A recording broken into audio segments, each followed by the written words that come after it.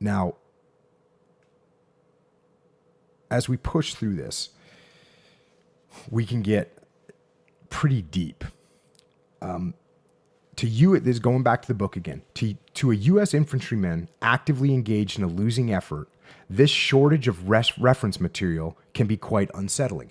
And what this is talking about previously to this sentence is saying that although there's all kinds of books and manuals in the military, this detailed reference material of exactly how to do the front line. What does that point man do? What does that machine gunner do? How do they actually do it? That information can get lost because it's more past word of mouth than anything else.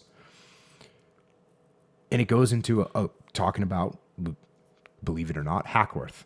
With a combat commission from Korea, Lieutenant Colonel David Hackworth was no stranger to war when he was called to serve in Vietnam.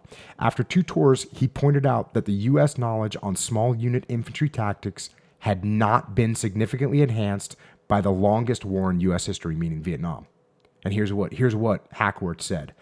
Almost 15 years since the tragic, inevitable fall of Saigon, and he's saying this 15 years after the end of the Vietnam War.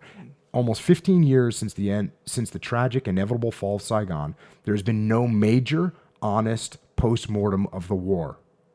There have been critiques dealing with the big picture, but none has addressed the lessons learned the hard way at the fighting level where people died and the war was in fact lost.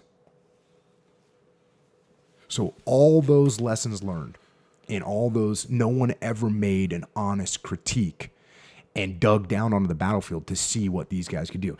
And I know I talked about this last time as well, is that when I first got in the SEAL teams, there was guys from Vietnam. And when those guys spoke, you absolutely listened because you were hearing knowledge. And that, if I didn't experience that, if I didn't meet those guys, I wouldn't have heard it. It wasn't written down anywhere. And so you've got to always remember when you do learn stuff, you got to write it down. And, Leif and I talk about that, the fact that when we got back from Ramadi, I started teaching at what's called training detachment. And he started teaching the SEALs that were coming out of, the new guys that were coming out of the SEAL training. And that's where we had the opportunity to really capture a lot of this information that we learned in Ramadi, and we were able to pass it on. And ultimately, those lessons learned are what became the book.